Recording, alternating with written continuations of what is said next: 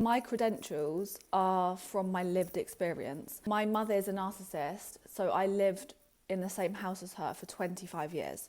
I'm 2.5 years no contact. This is what I have learnt about narcissism since I found out what a narcissist was from TikTok when I was 21. I'm 27 now, so this is what I've learnt about narcissism in the last 6 years. Right, okay, there's so much to say. So there is a big difference between narcissistic traits and narcissistic personality disorder. A lot of people can have narcissistic traits and still be somewhat of a healthy-ish individual. NPD is a completely different ballgame. The most severe type of narcissistic abuse is having a parent who has NPD, being raised by someone who has narcissistic personality disorder. This is fucking severe. It is so severe for a child being raised by someone like this, because your parents shape your worldview. They shape your identity. They shape your sense of self. Your life is going to be a mirror of how that parent or parents have raised you. Your relationships, your friendships, everything in your life is going to be a mirror and a reflection of your upbringing. So the problem is, when you are raised by someone with NPD, is you are dealing with someone who is impossible to deal with. Narcissism at its core is a shame-based disorder. They are incredibly insecure people. They will do absolutely everything to avoid feeling the shame that is within them. All of their behaviour is to avoid feeling how insecure they feel, how much they despise themselves, how much shame they have inside their body. They will do everything to avoid the spotlight being put on them. All of their behaviour. If you think about, in a narcissistic family, the narcissistic parent will pit the children against each other. They will create constant chaos. They will never mirror the truth back to you. They will keep you in a constant state of confusion. So you are so disorientated, you are so traumatized, you are questioning your reality constantly, because what they're doing is they're making sure that the attention is not on them. They are making sure that you are so confused, that you are competing with each other, that you are thinking each other are the enemy, and they're sitting back. That's exactly what they want. They want that. They want you to hate each other. They want you to hate yourselves. They want you to feel the shame that they are projecting onto you, so that you do not have the self-worth, the self-confidence, the self-respect, the strength to go, fuck this, what's going on here? This isn't right. Your reality is so distorted. You don't know what's real and what's not. Honestly, it's that severe. Everything they say is a lie. Their entire identity has been shaped around not taking any accountability, around not taking any responsibility. They are incapable of being self-aware. So they have had to build this identity, which is built off of lies, distortion. It's not real. It's a facade. It's completely fake. They are wearing this mask because at their core, they are so unbelievably insecure. They hate themselves so much. They will do anything and everything. They will lie. They will pit their children against each other. They will smear campaign their own children. They will taint their own children's reputation to make sure that they are constantly maintaining the facade that they are trying to upkeep, making sure that they are constantly getting a source of supply. If the spotlight is put on them, they play the victim. They will end up making you feel sorry for them, making you say sorry, making you... They are so good.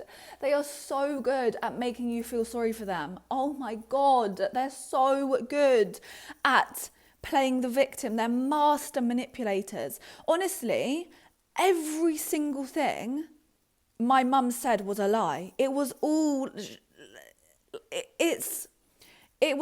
a lie. Everything. I can't even begin to express the severity of distortion that this creates within a child's system, within a child's psyche. The trauma is so severe. Having someone like this in your life, having a parent who is like this, if you still have to have them in your life for whatever reason, if you can't get away, if you have to manage a relationship like this, it is so challenging. It is so difficult. It's actually really difficult to even try to reflect what it's like being raised by someone like this. You will only really understand if you have experienced this. I mean, honestly, it's like you're not dealing with a human. You're dealing with someone who has been running on the same program their whole life. You're dealing with someone who is incapable of saying sorry, is incapable of holding themselves accountable for any of their behaviour. You're dealing with someone who cannot accept, cannot even believe, cannot even think that there may be a possibility that their behaviour is not healthy. They cannot look at themselves. They can't. They physically can't. They can't take a look at themselves. You will never see someone with NPD willingly go and get help, go to a therapist, work on themselves. They might do it for show. They might do it to manipulate. They might do it for a short while, but it never lasts. They are incapable of doing the work on themselves. Most of the time, they are incapable at looking at themselves. They can't do it. They physically can't do it. This is why the experts say there's no cure for NPD. Because how is there a cure for someone who does not think there's anything wrong with them? How's there a cure for that? Their whole entire sense of self and identity has been shaped around there's nothing wrong with me. It's all of you. It's such a deep pathology based off of deep insecurity that they will do everything to avoid going there. So they've built, very cleverly, built all of these layers, built this facade, this mask, and it's fucking scary. It's actually scary how professional they are at being able to upkeep that facade. It's terrifying. They are masters at manipulating whatever environment they are in. They are masters at reinventing themselves. They are masters at getting their needs met in whatever situation they are in, depending on whoever they are in front of. It's terrifying. It's actually terrifying. My narcissistic mother is the closest I've ever come to evil. And I'm not saying that lightly. She is the most terrifying person I've ever come into contact with. There's so much I can say about this. If this resonates, then I can do a part 2. I guess what makes someone a narcissist is usually being raised by a narcissist. It comes down, you can see it in the lineage. For example, I can speak for my family. My grandmother is a narcissist. My mother's upbringing was hell. Like hell. I'm not surprised my mother is the way she is. I'm not surprised in the slightest. I understand why she is the way she is. It will never make it okay. I will never forgive her for how she raised me and what she did to me. Never. But I understand why she is the way she is, 100%. Yeah, so my mum was raised by a narcissist. I was raised by a narcissist. I won't speak for my sisters because that's not fair at all. But what usually happens is, when you're raised by a narcissist, is you either become a narcissist yourself or you're on the other end of the spectrum, where you are highly empathetic. There's a huge amount of people who say they're neurodivergent who are raised by a narcissist, because what can happen is narcissistic abuse looks like neurodivergent traits, because when you have CPTSD, it can look very similar to neurodivergent traits. I was born neurodivergent, you could see my neurodivergent tendencies. Then I developed CPTSD. I spent my whole life feeling brainwashed. Genuinely, I was so traumatized. Just to paint a picture of how traumatized I was. I'm 2.5 years no contact. I'm only able to talk about my mum now because I'm talking from the integration rather than the wound. Last year, if I spoke about my mum or if someone spoke about her to me, I felt like I was going to throw up and pass out. I still can't look at pictures of her. I still can't hear her voice. It leaves such deep scars. So because I'm neurodivergent and because I was so traumatized, I physically didn't understand. I couldn't understand. I spent my whole life asking why, literally thinking that my mum could change, holding out for her to change. It's not until I got TikTok when I was 21 when I first heard the term narcissist. And then I started going on a deep dive about narcissism, learning as much as I possibly could. And then I realized they never change. So that was the most heartbreaking realization ever, because I was like, fuck. With that comes a huge amount of grief, because you are holding out hope. That's your mum. That's your parent. It's heartbreaking. So you realize they're never going to change. That takes ages to sink in. You go through a whole process of grief. It's so disorientating because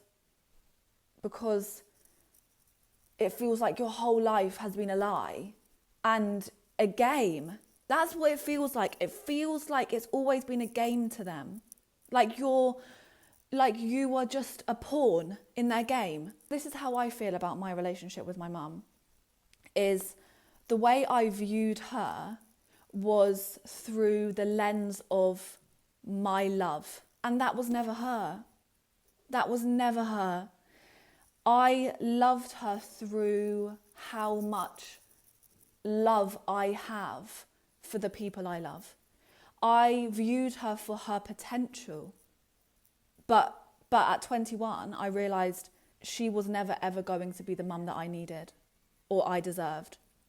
So it took me 4 years to then be able to escape. It's incredibly difficult for someone to go no contact. It's not a light decision. No child takes going no contact lightly. It's incredibly difficult, incredibly painful. It's heartbreaking, and it's going to look completely different for everyone depending on your circumstances. It's completely different for everyone. Some people can't leave. Some people never leave. Some people always have their narcissistic parent in their life. It's so challenging. But I was able to escape, and I'll make a whole nother video on how I did that and how that happened and how that came about. What has helped me is realising a narcissist never changes. Asking myself, am I okay with her never changing? Am I okay with having this woman in my life if she never changes? For me, the answer was no. Okay, so what do I do from there? My decision was I was going to go no contact, and it's the best decision I've ever made. I will never have her in my life, ever again. Ever. I don't see her as my mum. That is not my mum. There's that whatever connection, which usually it's enmeshment, was there, has been completely severed. I don't have any love for her. I don't feel anything for her. The pain is still there, of course. There's still pain there, but that pain doesn't control my life anymore. If you want the best opportunity to have a life that is yours, to give yourself that opportunity is to go no contact. For me, that was the only option. I have now built a safe life for myself. I have now built a life that is mine. This life is mine. I did this on my own. It's from my choices, my decisions, my desires. This is my life now. I've been able to do that because I've got her out of my life. I wouldn't be in the position I am in today. I wouldn't be as happy as I am today if she was still in my life. So I can only speak for myself. Those are the things that have helped me.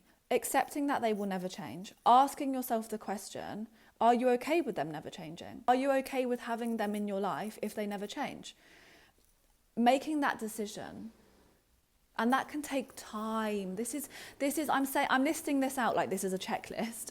This is years, and it's going to look different for everyone. And then, whether you're okay with having them in your life or whether you actually can't leave, because a lot of people don't have the opportunity, don't have the resources, don't have the privilege to not have this person in your life, because everyone's situation is different. But if you do, I can wholeheartedly say the best decision I've ever made in my life is going no contact with my narcissistic mother.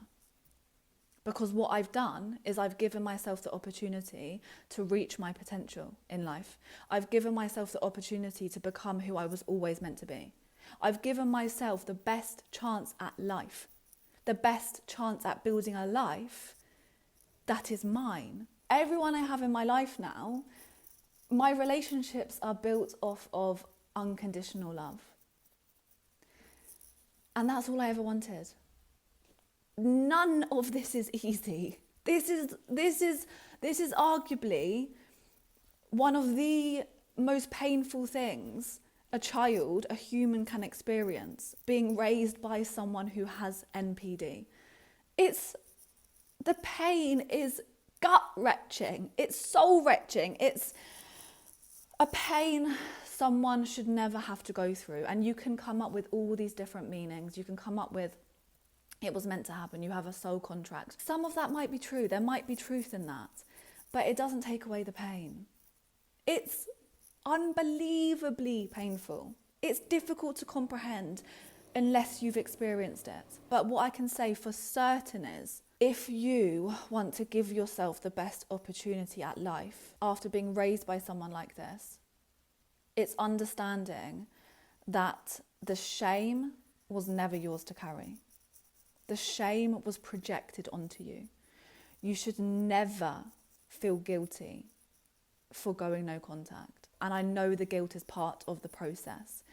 The guilt eats you alive when you have been so severely brainwashed by a narcissistic parent. And I know that's the process, going through those emotions. But on the other side of that guilt and that shame is a life worth living. A life that is yours. The best opportunity you can give yourself after having a childhood like this is going no contact.